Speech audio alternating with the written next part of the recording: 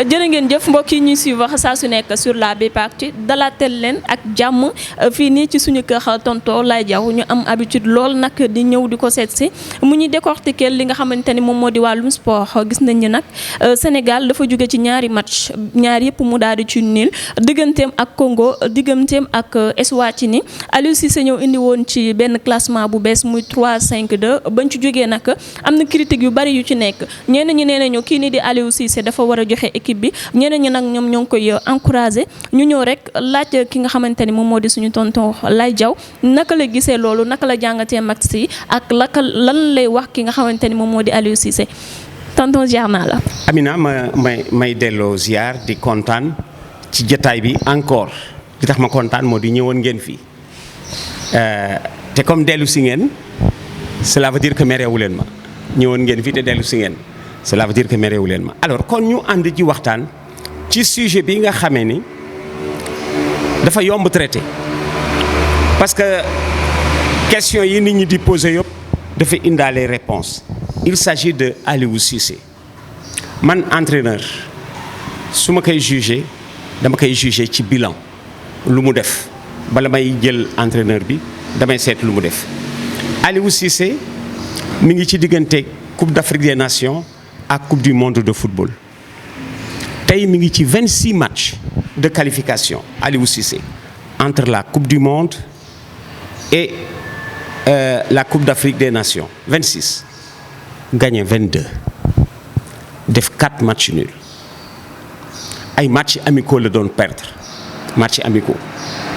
contre Bosnie contre Afrique du Sud ak xawma kanati ay matchs amicaux la fi perdre yoo xamee ni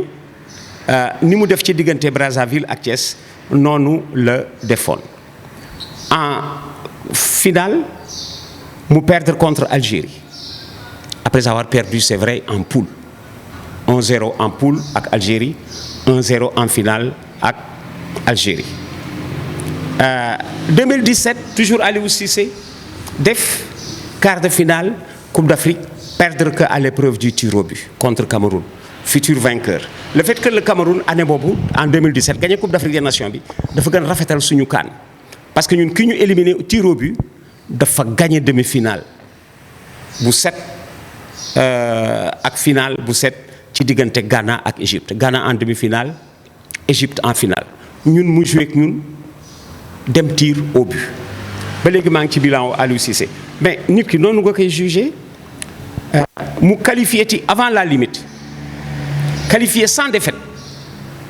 qualifié avant la limite bi mu desee 2 journées Aliou Cissé déjà qualifié na bi mu desee ñaari journée qualifié na liste bi gis nga li mu def prévoir woon nag moo tax mu jël 30 joueurs def ci Brazzaville def ci Thiès ci 30 joueurs yooyu il y avait 19 nouveaux 19 dont 2 yu mu jël ci championnat Sénégal lu daawul am 2 joueurs yu Jaraaf 2 joueurs yu Jaraaf le gardien ak Madické Kane te boo xoolee presque ñëpp joué nañu ñu dem Brazzaville effectif bi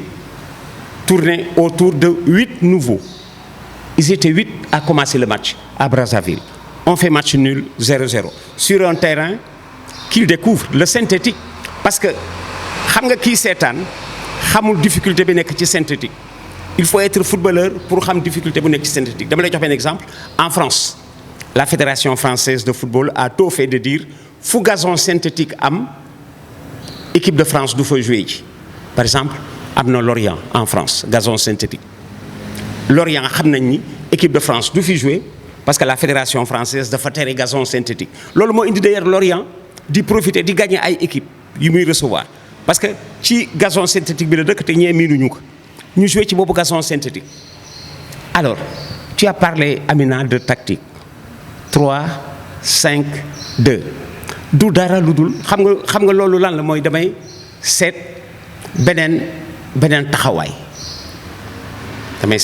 taxawaay parce que football dafay gën di riche techniquement bay gën jege basket xam nga basket da ngay jékki-jékki gis équipe bu changer tout de suite défense dans le même match balaa adversaire bi adapté mu yóbbu ko 20 points léegi dafa am ci football te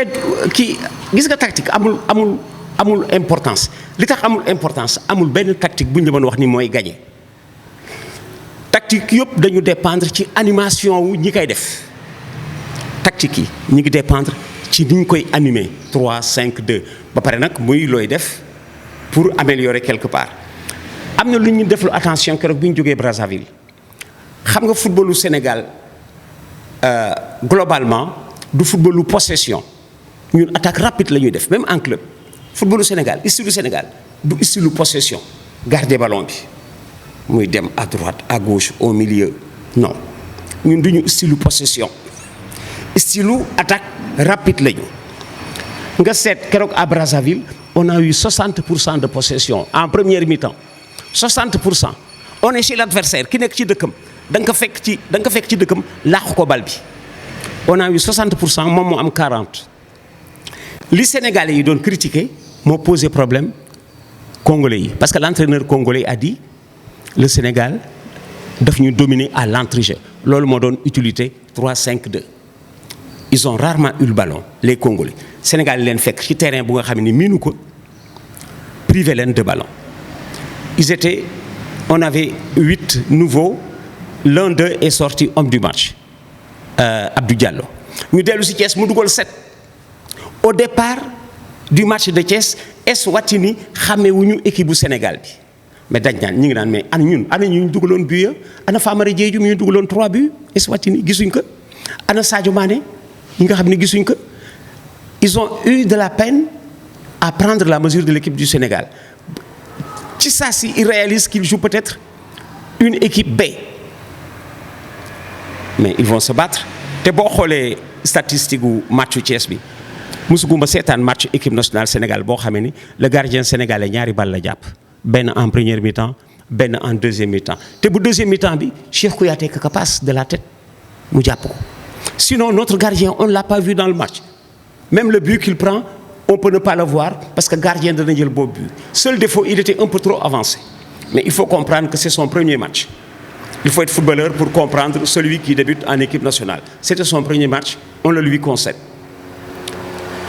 et c'est yooyu la Aliou Cissé doon def parce que gis nga entraîneur dafay def recherche bi day lan léeg-léeg di nga ñëw en plein match loolu mooy utilité di changer joueur léeg-léeg booy changer joueur yaa ngi changer tactique aussi booy changer joueur mën nga changer tactique ou pour rendre ci gannaaw mu gën a dëgër ou pour rendre ci kaw mu gën a fluide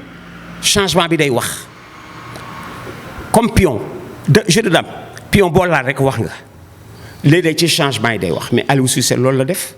procédé kuy liggéey nag mooy juum kuy liggéey mooy yàq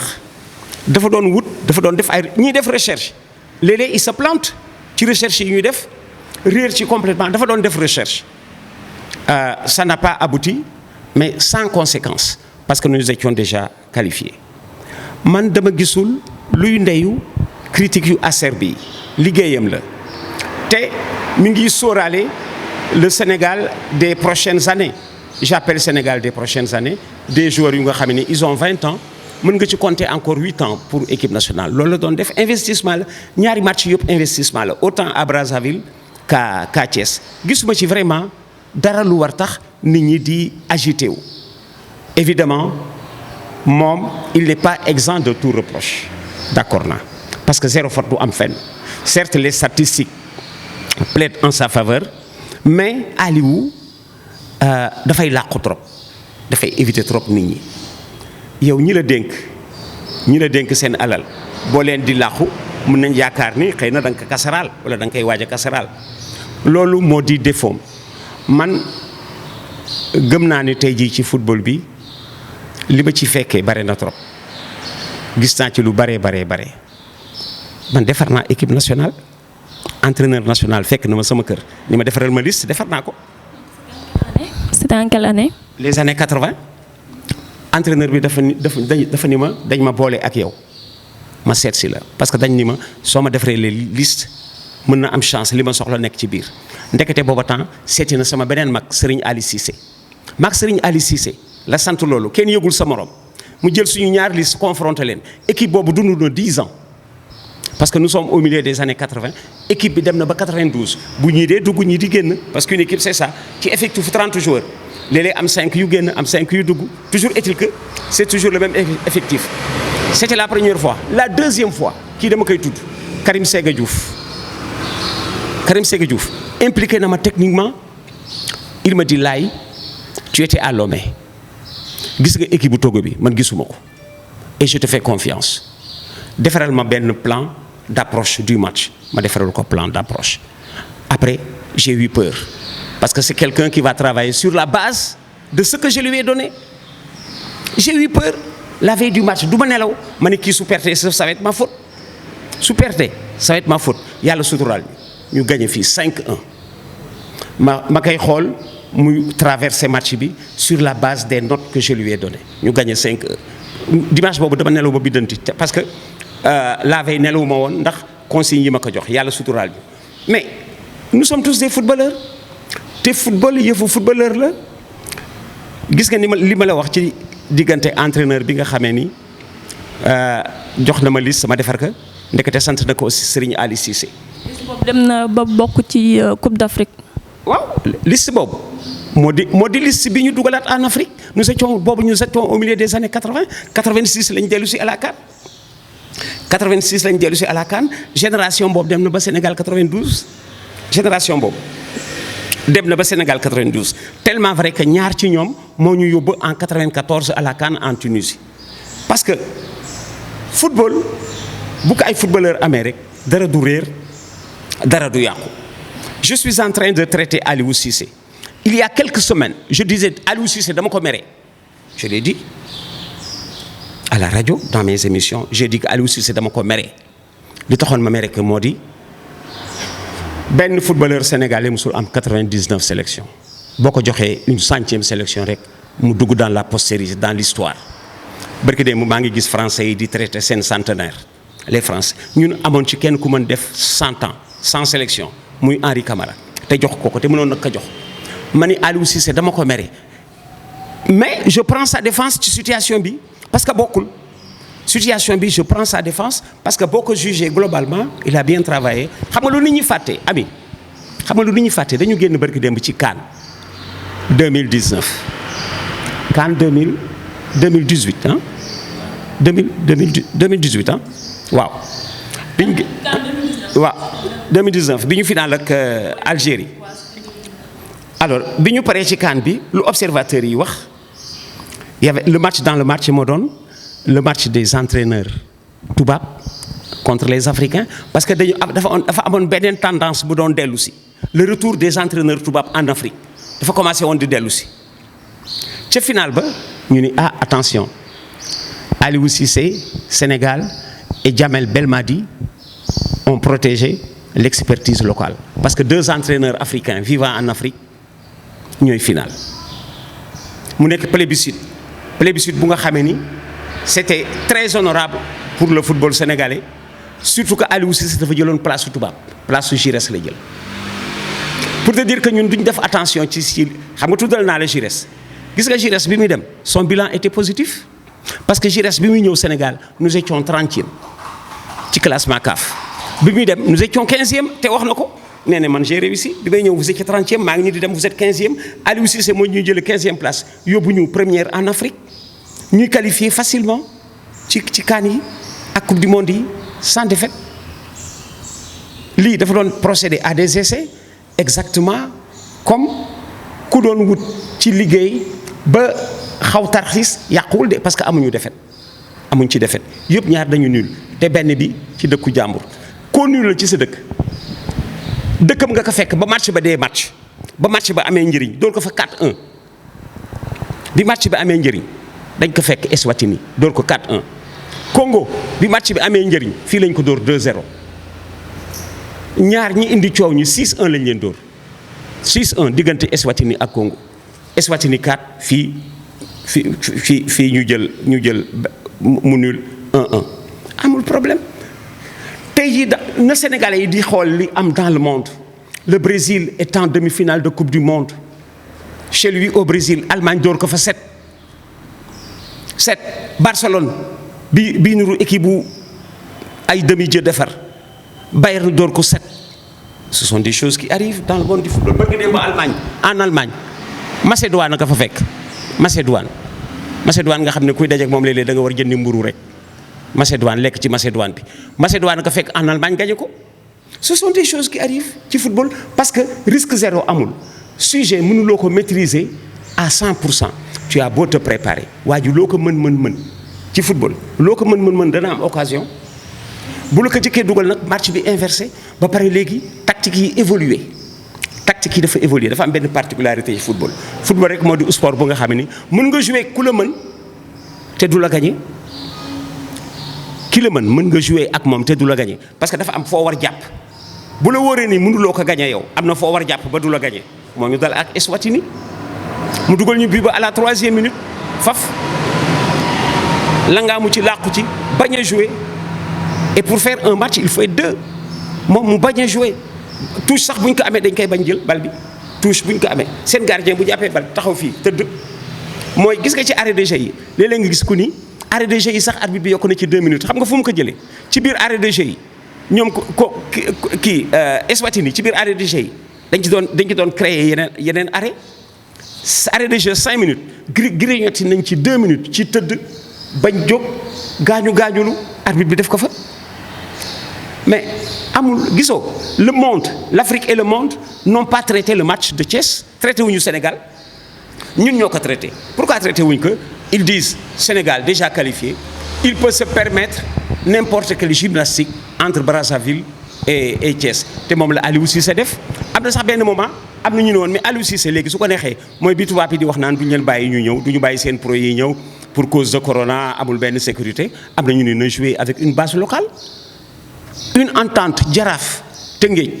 ñi nga xam ne ñu ngi en Coupe d'Afrique plus quelques éléments bu la neexee ci académiciens yi Génération Foot Jàmbaar ak Dakar Sacré-Cœur day nekk équipe bu taxaw te gis nga ñooñu dañu doon gagner facilement Eswatini xam nga pourquoi ñooy gën a bëgg match bi une sélection locale de notre championnat dafa doon gagner Eswatini au moins marge 2 buts d'écart match dafa am contenu bu amee léeg-léeg ki ko gën a bëgg moo koy gagner ñun soxlaatuñ ko le match contre Eswatini soxlawuñ ko qualifié nañu ba pare moom ñoom Eswatini bëgg que comme pour dire que bi ñuy jël 4 ci seen dëkk ak Sénégal accident la ils auraient payé pour le nul voilà la situation bu ñu dajeel te tout football buy màgg xam nga Sénégal bu demee bay niroo kuy jouer tànku nen nga ni le football est en progrès xam nga lu mu tuddee jouer tànku nen am match boo xamee ni da nga naan su ma ko perte c'est pas grave parce que je suis déjà qualifié parce que daan nañ fi toog di daw ba la dernière journée pour jéem a qualifier na gaa ñi comprendre li am du dara Aliou Cissé dafa doon def recherche ba faf càng ci recherche am gisoo maa ngi joxe benn exemple naan yow tey jii Amina boo dee patron di wut chauffeur ngay patron ngay directrice de société di wut chauffeur juróomi nit présenté wu yow mës nga accidenté mu ni déedéet yaa ngi chauffeur yi ngay laajte yow mës nga accidenté mun la déedéet yow mës nga accidenté mun la déedéet troisième bi ni la déedéet musuma accidenté quatrième bi ni la si man mës naa accidenté jëlal kooku baax xam nga pourquoi moo baax léegi day dawalu ku mës a accidenté parce que tant que mësuloo accidenté da ngay defe ni du la arrivé ñeneen ñi rek lay arrivé mais kii dawalu ku mës a accidenté moo gën a wóor Aliou Cissé li ko dal nii day nuru accident bu doon dooraat tu ko def ndax coow lu bare li ci bopp bi bu dul moom sax ay xaritam ay mbokkam dañuy dem ba coow li ci ñoom lay metti maa ngi naan quelqu'un attention ak coow lu bare li Aliou Cissé war na am ñu koy gunge fu mu jëm alors que objectif bi moo doon qualifié mu qualifié avant la limite. Donc si je comprends bien li nga traité mooy que ni Aliou Cissé benn chose doo nga koy reproché mooy le fait que du communiquer assez ak ñi nga xamante ni dañoo nekk expert ci wàllum football bi. Certainement parce que il y a eu des entraîneurs yu ko précédé il y a eu des entraîneurs yu ko précédé te gis nga am na source il y a une association des anciens internationaux foofu am na fi ñu fi yore woon équipe nationale am na fi. Association des anciens entraîneurs ki amee équipe nationale locale bi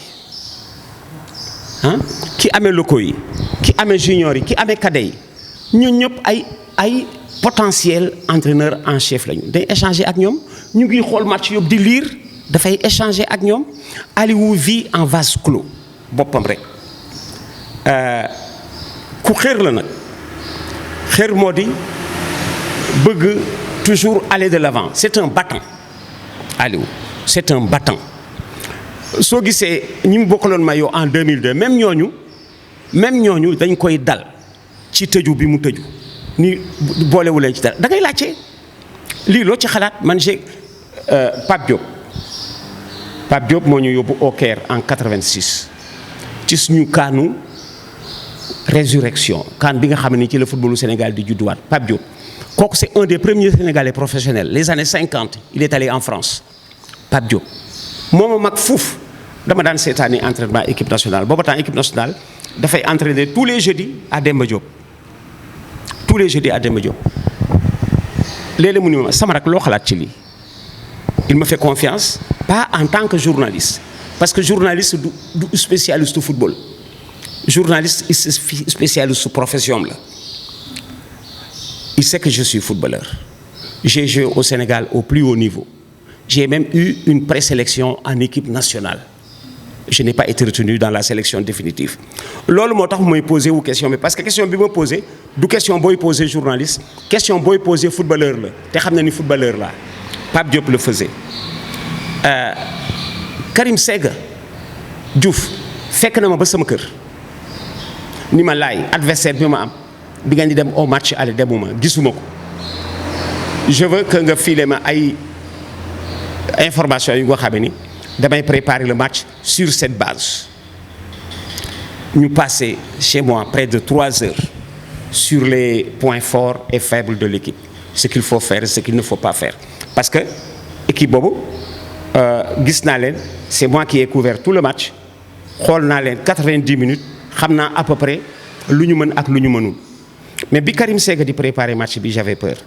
Au coup d'envoi bi ma gis équipe du Sénégal bi j'avais encore peur parce que je me suis rendu compte qu'il a composé avec ce que je lui ai donné sur la base de mes renseignements ci la defaree équipe bi yàlla suturaal ñu gagné Togo fii 5-1.